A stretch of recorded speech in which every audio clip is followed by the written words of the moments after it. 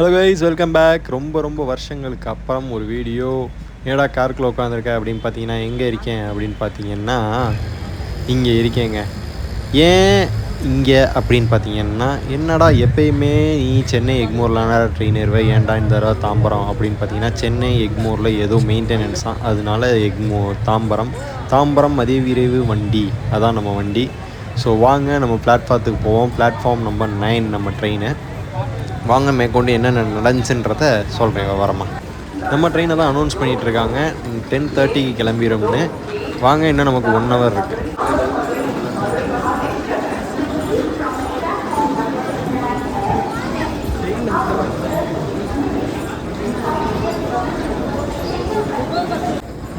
ஏடா எப்பயுமே எக்மோர்லேயே போட்டு எங்கிட்டாவது ஊட்டி குப்பரை எக்மோர்லேயே டிக்கெட் வாங்கிடுவேடா அப்படின்னு கேட்டிங்கன்னா, இந்த தடவை எந்த ட்ரெயினுமே எக்மோருக்கு இல்லையா. ஆனால் உண்மைக்குமே ரொம்ப கஷ்டங்க. எக்மோரில் ட்ரெயின் இல்லாமல் தாம்பரத்தில் வந்து ஏறணும்னா சிட்டிக்குள்ளேருந்து வந்து ஏறுறதுலாம் ரொம்ப கஷ்டம். ரொம்ப டிராஃபிக்கு, கேப் ரேட்டு சரியான ஜாஸ்தி, பஸ்ஸு கிடைக்கிறது ரொம்ப கஷ்டம். உண்மைக்குமே வந்து இங்கே வேலை பார்க்குறவங்களாம் ரொம்ப கஷ்டம்தான் போல். நல்ல வேலை நம்மளாம் மதுரை பக்கத்தே இருந்துட்டோங்க. தாம்பரம் அண்ட் இதான் நம்ம போகக்கூடிய Mahal super fast express. Sunday அதுவுமா இந்த ட்ரெயின் இங்கேருந்து கிளம்பும். ரெகுலராகவே இந்த ட்ரெயின் வந்து தாம்பரத்துலேருந்து தான் கிளம்பும். நான் எப்போயுமே மதுரை வந்தேன்னா சென்னை வந்தேன்னா ஒன்று போடிநாயக்கனூர் எக்ஸ்பிரஸில் ரிட்டர்ன் போவேன். அட் த சேம் டைம் இன்றைக்கி அந்த ட்ரெயின் இல்லை. So let's start with unreserved coach எல்லாமே ஃப்ரீயாக தான் இருக்குது. இதுக்கு அப்புறம் 10:45 10:40 தாம்பரம் நாகர்கோவில் அந்தியோதயா எக்ஸ்பிரஸ் வருமா. ஸோ அதுவும் இதுவும் பக்கத்தில் உடனே கிளம்புறதுனால ரெண்டுமே ஒரே வழியில் தான் மதுரை வரப்போகுது. அதனால கொஞ்சம் 2 வண்டியிலையும் ரொம்ப ஃப்ரீயாக இருக்குன்ற மாதிரி பேசிக்கிட்டாங்க. நான் பேசலை, இங்கே இருக்கிறவங்க பேசிக்கிட்டாங்க. ஸோ இன்னும் இந்த வண்டிக்கெலாம் கரண்ட் கொடுக்கல போல். ஆமாம், அன்ரிசர்வ் ஃபுல்லாமே ஃப்ரீயாக தான் இருக்குது. இன்றைக்கி Sunday. At the same time அங்கிட்டிருந்து ஆனால் இந்த கோச்சு புதுசாக இருக்குது பாருங்கள், SE1. நான் S1 கேள்விப்பட்டிருக்கேன், எக்கனாமிக் கிளாஸு ஏசியில் கேள்விப்பட்டிருக்கேன். ஆனால் ஸ்லீப்பரில் இதான் ஃபஸ்ட் டைம் நான் இந்த வண்டியில் பார்க்குறேன். இதுக்கு அப்புறம் வேறு எந்த வண்டியில் இருந்திருந்தாலும் கீழே கமெண்ட் பண்ணிடுங்க. ஸோ SE1 ஒரு கம்பார்ட்மெண்ட் இருக்குது. இதுக்கப்புறம் SE2 இருக்கா இல்லை S1 இருக்கான்றதை பார்ப்போம். ஸோ S6, ஸோ அந்த எக்கனாமிக் கிளாஸுன்றது வந்து ஒரே ஒரு ஸ்லீப்பர் கம்பார்ட்மெண்ட்டில் இருக்குது. ஸோ எனக்கு வந்து B2 கோச்சு 3 டயரில் புக் பண்ணியிருக்கேன். அட் த சேம் டைம் இதெல்லாம் முடித்ததுக்கப்புறம் இடையில ஒரு பேண்ட்ரி கார் இருக்குப்பா அந்த வண்டியில். இது ஆக்சுவலாக தாம்பரத்துலேருந்து 2 நாள் தான் கிளம்பும். ஒருவேளை இந்த வண்டி மதுரை போய்ட்டு ரேக் ஷேரிங்கில் வேறு ஊருக்கு போகிறதுக்காண்டி பேண்ட்ரி கார் கொடுத்துருக்காங்க போல். எந்த ஊருக்கு போகிறதுன்றதும் தெரில நமக்கு. ஸோ அடுத்து ஏசி கம்பார்ட்மெண்ட்டு ஆரம்பிச்சிருச்சுங்க. நமக்கு B2. இது என்ன ஏசி, ஆக்சுவலாக வந்து A1 2 டயர். இதில் வந்து ஃபஸ்ட் கிளாஸ் ஏசி கிடையாது. ஸோ 2 டயர்லேருந்து ஆரம்பிக்குது. எத்தனை 2 டயரு, எத்தனை 3 டயரு, எத்தனை எக்கனாமிக் கிளாஸ் இருக்குன்றதை நம்ம இந்த ட்ரெயினில் பார்ப்போம். வாங்க அப்படியே நடந்து போவோம். ஆக்சுவலாக வந்து ஒரு 2 டயர் தான் போல், அடுத்து ஃபுல்லாமே 3 டயர் ஆரம்பிச்சிருச்சு. இதில் எத்தனை எக்கனாமிக் கிளாஸ் வருதுன்றதும் தெரியலை.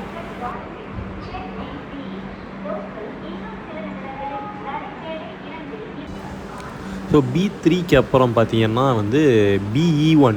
ஸோ எக்கனாமிக் கிளாஸ் ஏசி ஆரம்பிச்சிருச்சு இந்த வண்டியில். BE1 ஆரம்பிச்சிருக்கு. இது எத்தனை கம்பார்ட்மெண்ட் இருக்குதுன்னு தெரில. ஆக்சுவலாக வந்து 6 ஸ்லீப்பர் கம்பார்ட்மெண்ட்டு, ஒரு எக்கனாமிக் ஸ்லீப்பர் ஒன்று இருக்குது. அது போக வந்து ஒரு 2 tier, 3 3 tier normal. Economic compartment எவ்வளோ இருக்குன்றதை நம்ம பார்ப்போம்.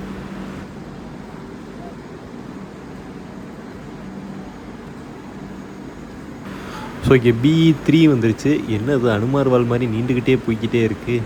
ஆனால் மதுரை சென்னை ஓடுற முக்கால்வாசி வண்டி வந்து இந்த புது கோச் LHP கோச் போட்டு மேட்ச் பண்ணிட்டாங்க. ஆனால் அந்த ராமேஸ்வரம் ஒரு ஊர் இருக்குது, அதுக்கு தாம்பரத்துலேருந்து விட்டால் கடைசி வண்டிக்கு மட்டும்தான் LHPயில் ஓடி இருக்குது.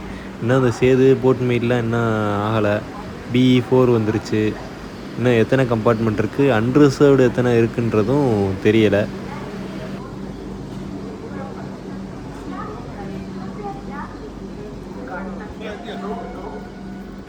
ஸோ எனக்கு தெரிஞ்சு இதான் கடைசி கம்பார்ட்மெண்ட் நினைக்கிறேன். அடுத்து ஃபுல்லாக அன்ரிசர்வ்டு. ஸோ இதோட எக்கனாமிக் 3 டயர் முடிஞ்சு. அதுக்கப்புறம் வந்து 2 அன்ரிசர்வ்டு, ஒரு கார்டு கம்பார்ட்மெண்ட் இருக்குது. அவ்வளோதான். நம்ம இதுக்கு பின்னாடி போய்கிட்டு ஸோ BE6 வர இந்த வண்டியில் வந்து அதாவது 3 டயர் எக்கனாமிக் இருக்குது. நம்ம கோச் வந்து B2. நானும் ஒரு வழியாக கோச்சில் ஏறி விட்டேன். என்னுடைய சீட்டை கண்டுபிடிக்க செல்கிறேன்.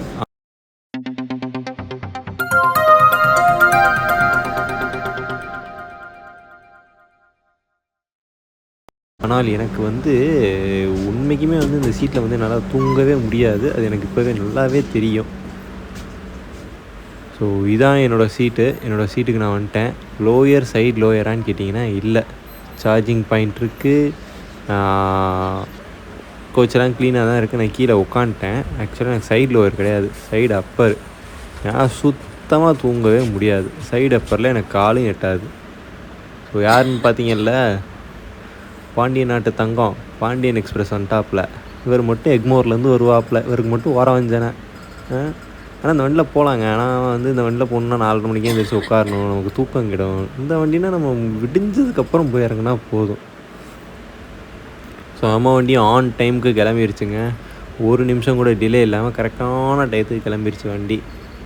இவங்க வந்து எது வழியாக போகிறாங்க அப்படின்னு பார்த்தீங்கன்னா, நேராக தாம்பரம், செங்கல்பட்டு, விழுப்புரத்துலேருந்து அப்படியே ஒரு சுற்றி திருச்சியிலேருந்து திரும்ப நேராக போய் மதுரை போகிறாங்க. கும்பகோணம், மயிலாடுதுறை, சிதம்பரம் அப்படியே ஒரு சுற்றி நம்ம போட் மீல் மாதிரி சுற்றுவாப்பில். இவர் சுற்றி நேராக திருச்சி வந்துடுவாப்பில். திருச்சியிலேருந்து நம்ம ஆள் நேர் ரூட்டில் மதுரை போயிடுவாப்பில். இதில் போகிற என்ன ஒரு இது அப்படின்னு பார்த்தீங்கன்னா, சென்னையில் இருந்து ஞாயிற்றுக்கிழமை அதுவுமா கிளம்பக்கூடிய கடைசி ட்ரெயின் இது ஒன்று. ரெண்டாவது விஷயம், இப்போ தான் போடி வண்டியை வந்து 6 நாள் ஆக்கியிருக்காங்க வாரத்தில். முன்னாடி 3 நாள் தான் ஓடிக்கிருந்துச்சு. அது சென்ட்ரல்லேருந்து கிளம்பக்கூடிய வண்டி. இப்போ வந்து கடைசி ட்ரெயின் ஞாயிற்றுக்கிழமை அப்படின்னு பார்த்தீங்கன்னா 10:15 கிளம்பக்கூடிய இந்த வண்டி மட்டும்தான். ஸோ இது வந்து மதுரையை ரீச் பண்ணுறதுக்கு வந்து காலைல வந்து 8 மணி ஆக்கிடுவாங்க. 7:55 ஷெட்யூல் டைம் மதுரையில். இந்த வண்டியில் போனோம்னா ஒரு 6:30க்கு 7 மணிக்கு எழுந்திரிச்சா கூட போதும். எக்மோர்லேருந்து கிளம்புற கடைசி வண்டி பாண்டியன். ஆனால் அது வந்து 5 மணிக்கு போகும். அதான் கடைசி வண்டி. ஆனால் அதுவே 5 மணிக்கு போயிடும். சில நேரம் அது 4:45 4:30க்கெலாம் போயிடும். ஸோ அதனால் 4 மணிக்கு எழுந்திரிச்சு உட்காந்துட்டு இருக்கணும். சில நேரம் தூக்கம் வராது. அதனால தான் இந்த வண்டியை சூஸ் பண்ணி வரேன். இந்த வண்டியில் போனீங்கன்னா கொஞ்சம் லேட்டாக போவீங்க. அட் த சேம் டைம் கடைசி ட்ரெயினும் ஒரு அரக்க பறக்க இல்லாமல் இதிலேருந்து கிளம்பலாம், சென்னையிலேருந்து. நம்மளும் அப்படியே ஒரு தூக்கத்தை போடுவோம் கொஞ்சம் நேரத்துக்கு போய் படிக்கலன்ட்டேன். அப்படியே அண்ணன் கொஞ்சம் விரட்டி ஓட்டினாப்பில். நம்ம என்ன தான் நம்ம ஏசி கம்பார்ட்மெண்ட்டில் உட்காந்தாலும் தூங்க தான் தோணுமே தவிர வேடிக்கை பார்க்க தோணவே தோணாது. பகல்னால் பரவாயில்ல, நைட்டு சுத்தமாக ஒன்றும் தெரியாது. நம்ம அப்படியே ஒரு தூக்கத்தை போடுவோம். வாங்க உள்ளே போவோம். Good night guys. நான் தான் சொன்னேன்லங்க, அந்த காலி எட்டாதுன்ட்டு. விடிஞ்சிருச்சு, சுத்தமாக தூக்கமே இல்லைங்க. ஆமாம். Good morning guys. ஆல்மோஸ்ட் வண்டி வந்து திண்டுக்கலை தாண்டிடுச்சு. வேரிஸ்மை ட்ரெயினில் பார்த்தேன், வண்டி திண்டுக்கலை தாண்டி போயிடுச்சு. என்னடா அது கசன்னு சத்தம் கேட்டுகிட்டே இருந்துச்சுன்னு பார்த்தா விடிஞ்சிருச்சு. மணி 7 ஆச்சு. சொன்ன மாதிரியே எனக்கு கால் 8 நானும் முழுசாச்சு தான் படுத்து கிடந்தேன்.